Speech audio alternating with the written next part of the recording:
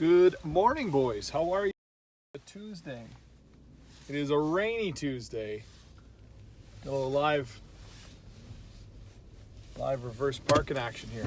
All right, rainy Tuesday. Man, it's like last year. So last year, it was like a flick of the switch. June 1st came and a hot weather came, and I almost feel like it's a carbon copy of last year, where May was just so crappy in weather. May was more like April,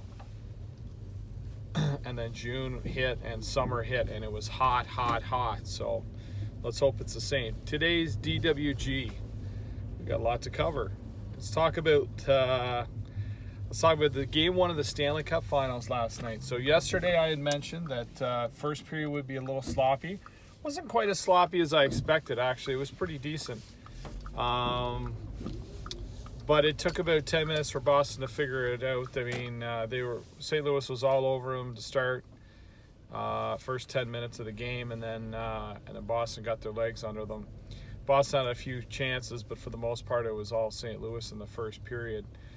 I mentioned yesterday that if St. Louis didn't stay out of the box, Boston was going to make them pay, and sure enough, that happened.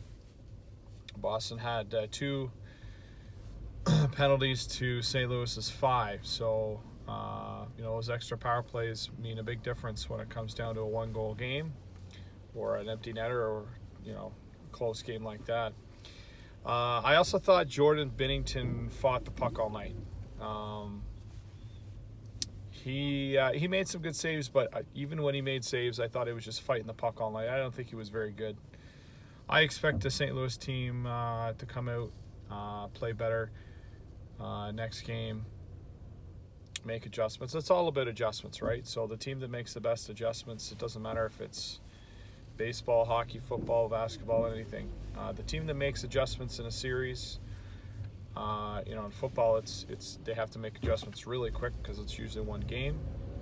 But the team that is able to make adjustments and execute those adjustments is usually the team that wins. So game 2 goes Wednesday night back at TD Bank North, and should be interesting. So what else? The Chicago Wolves beat the San Diego Gulls. So that's the Vegas franchise farm system, which is actually pretty impressive considering they had to build that whole farm system in 2 years. So Vegas's affiliate, the Chicago Wolves, are off to the AHL final. They'll be playing the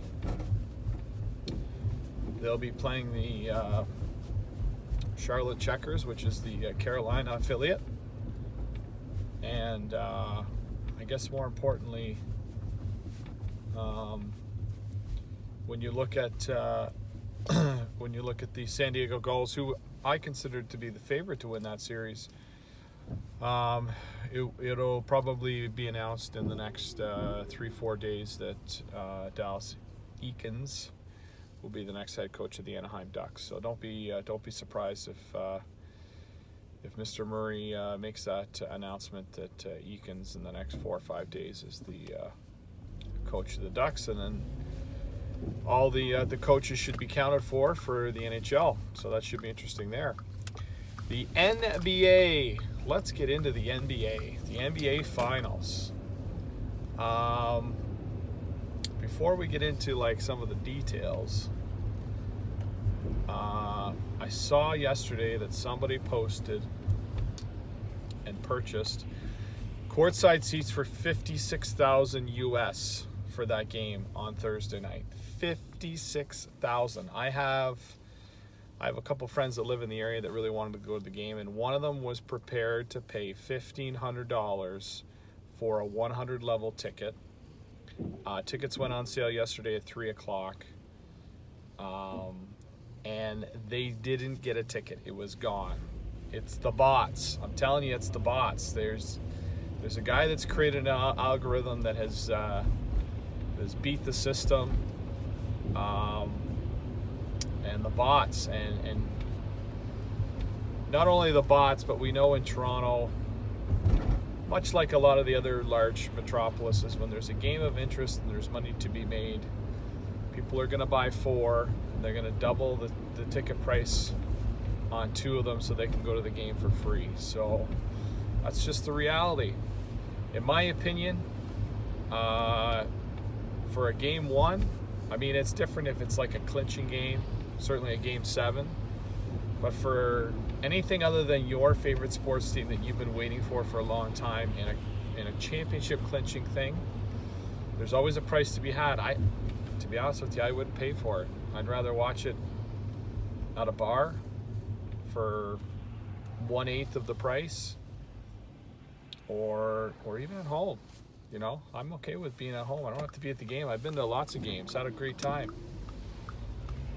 Lots of games. You can witness history anywhere. It doesn't matter. You don't have to be in the building to witness history. It's not like your coach and the team are being on the bench.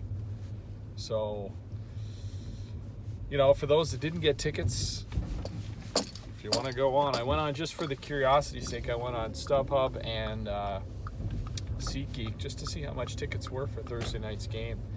If you want to sit in the 100 level, you're going to pay a minimum of $1,600 US.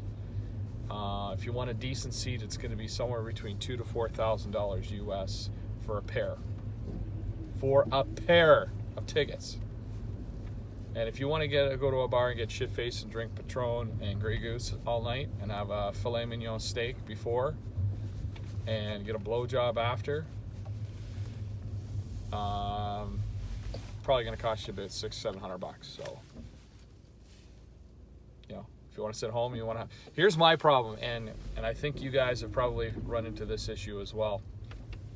So if I want to go watch a game now at a bar, I want to have like a flight of beers. I want to have something unique. I want to have something I'm going to enjoy, or a bunch of them, 4 or 5 ones that I'm going to enjoy. Unfortunately, the issue is if you choose to go to a bar that's going to have the TVs that you want, you've probably made the decision, or they've made the decision for you, that you have to drink some kind of domestic, or, you know, something under the large umbrella labels, which don't carry those uniques. So there's a disconnect between the sports fan and the craft beer scene. There's not a lot of places. Jack Astor's is kind of one of those places that's kind of taken on the craft beer scene, but not to the extent that I would want. So when if I'm going to the bar and watching a sporting event, I'm sacrificing my beer selection. Whereas if I want to go for the beer selection, I'm sacrificing the TVs, because most craft breweries don't have TVs, and if they do have a TV, it's usually a really, really small one, and the atmosphere is nowhere even close to what you would get at Buffalo Wild Wings, Jack Astor's, or Shoeless Joe's, or any kind of sports bar that you would find playing the game or anything like that. So there's a disconnect there, and it's frustrating. So that's usually why, if I'm not working, I won't go to a bar to watch the game. I'll just stay at home, because I can have my craft beer and I can have like a little snack that I want in my comfort of my home, and I don't have to listen to idiots who don't know what they're talking about yell out "shoot the ball" or "pass it," like it's gonna telepathically go through the TV, and the guy's gonna understand that guy really wanted me to shoot the ball, so I'm gonna shoot the ball. And the reality is that even the best shooters are shooting at 40 to 50%. So that means 6 of every 10 shots aren't going to go in at the best of times. So if somebody doesn't make a shot, yeah, it's frustrating, but he's a fucking basketball player. He's a professional. He's made 10,000 shots to get where he is. There's only 2 rounds. There's only 2 rounds in the NBA draft. If you get drafted in the NBA, it's like walking through a jungle and not getting bitten by a mosquito. It's incredible. So that's what's going on in terms of the outside world of the NBA game. It is rainy too, and I'm kind of disappointed because, Toronto's a great city. In terms of like the big cities, when we compare North American cities, Toronto always gets this rap like it's way up north and it's freezing cold and everybody lives in igloos and stuff, and it's not even close to the weather that you're going to see out west. It's not even close to the weather you'd see in in city centers like Minneapolis, for example, and stuff like that. It's pretty much the same weather that you're going to find in New York City. Boston has crappy weather too. In fact, Boston has way more crappy weather coming off the coast.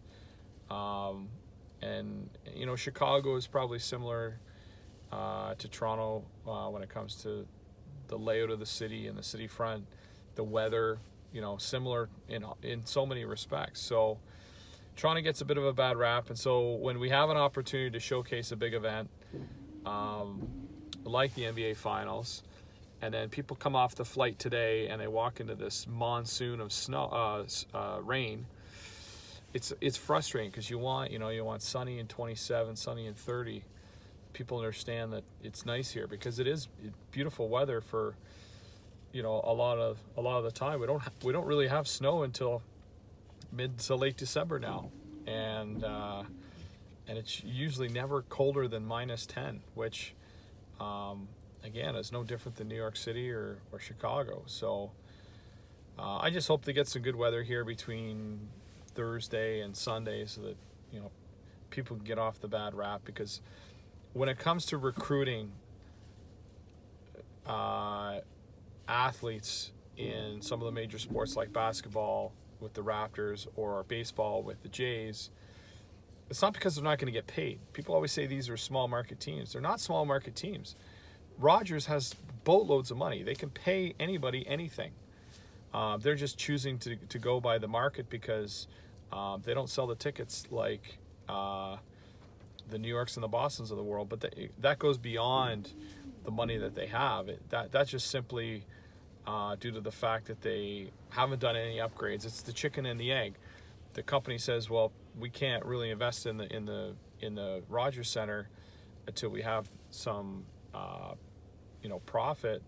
But then people aren't going to come and watch a game in a shitty stadium. It's probably one of the 3 worst stadiums in the entire league. They need to renovate that place. They need to put a place where kids can play a playground. They need to put some kind of cool Millennium Bar in the outfield, like maybe a clear wall.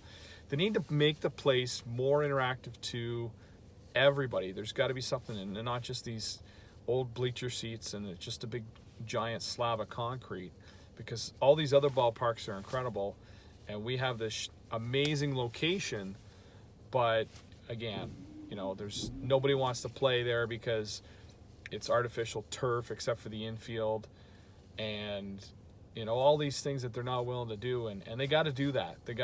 And so the pro athlete, they're not coming to Toronto because of 2 reasons: because of the weather and because of the taxes. Well, the weather really isn't that bad if you can go through the winter months. If you're an NBA player, half the time you're on the road, you're usually playing in nicer places, and MLSE is an unbelievable organization to work for when it comes to a pro athlete. The taxes are a bit of an issue, but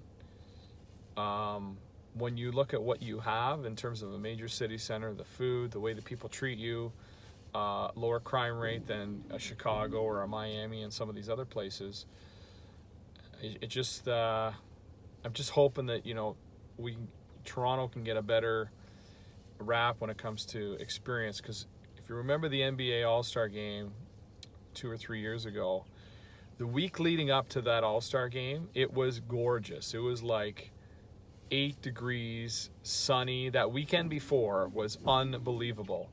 And then 2 days before, we get this super cold front, -25 weather. It was the shittiest weekend of the entire winter that year. And then as soon as the All-Star game was over, it went back to warm again. And it was so ridiculous because that's all people remember was how cold it was. When if they had just had, if the weather just had been cooperated, that wouldn't have been a narrative, and hasn't been a narrative. It shouldn't be a narrative for people not wanting to come to Toronto. They always ask Kawhi, is it warm enough? Is it warm enough? Well, listen, if you went to New York City, it would be the same weather. If you went to Boston, it's the same weather. So don't give me the weather thing when it comes to Toronto, because Toronto is not any colder than Detroit. Detroit and Toronto are the exact same weather. They're like 2 hours apart. So, I don't think Kawhi is going to make a decision based on that. And just with everyone, the American media is saying, oh, Kawhi's leaving, Kawhi's leaving. Yeah, Kawhi might leave. He might leave. And if he leaves, it's probably only going to be the LA Clippers. Maybe the LA Lakers, but probably only the LA Clippers. And I say that because the Lakers are a shit show right now. Their organization has no direction whatsoever, and it's just a struggle for power everywhere in that organization. Jeannie Buss has a big problem on her hands. The Clippers might be the destination that he could go to with KD. But what I really think is, whether they win or lose, I think Masai Ujiri can pull Kawhi aside and say, this is what we did this year. We made good on our promises. Will you sign a one-year deal? Because Kyle Lowry and Marc Gasol have 1 year left on their contracts. And Masai Ujiri hasn't fully committed to a long-term contract either.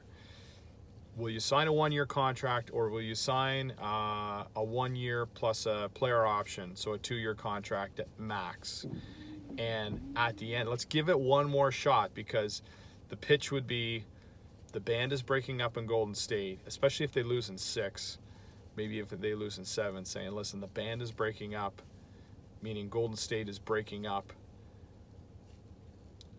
If you give me 1 more year, I think we can win it. And then if nothing happens, you can walk, and Kyle will walk, and the band will be disbanded. I really think that they can get 1 more year to Kawhi. And if they get the 1 year contract or the 2 year, which is a 1 year plus a player option, Masai can save face from that trade, knowing that, I think you probably still save face knowing that they went to the final, but he can really save face knowing that he got 2 years out of Kawhi, or maybe even 3 if he bought it, if he gave him another year player option and he opted in those 2 years. But if at least he got 2 years out of Kawhi, and one of them was a final, or maybe both were a final, I could see Masai saying, okay, we did all we can. Now we're going into rebuild mode 2 years from now. Lowry's done. Gasol's done. Kawhi's moving. And Masai might even move on as well, because there's been rumblings that he's been trying to be courted by some other teams as well. And I can see Masai moving on as well. But certainly, I think that is where, if Kawhi stays, I don't think it's a 5-year deal. If Kawhi stays, I think it's a 1 plus a 1 year option, or just a 1 year deal straight up, max deal. And if he leaves, I think it's going to be probably the Clippers. So those are my 2 cents for today. Light on the schedule today when it comes to just the Jays, which I don't think anybody wants to watch that tire fire. I wouldn't even get into the pitching and Sanchez's finger, because it's just absolutely ridiculous. Like, you might as well trade him now, because he needs to get a better manicurist or whatever the hell, because this kid's breaking nails and getting blisters left, right, and center, and it's been like that for 2 years. And I'm not rooting for the kid, and the reason I'm not rooting for the kid is his agent, Scott Boras, is a complete dick. He's a complete dick, and so for that reason, I want him to get traded, and then I don't want the guy to sign a long-term ticket, because Scott Boras is a complete dick, and I'm not rooting for anybody who has Scott Boras as their agent. So that's my DWG for today. Enjoy your Tuesday, boys, and you'll hear back from me probably a couple more times this week. DWG back in full swing this week. Finals week. Let's go.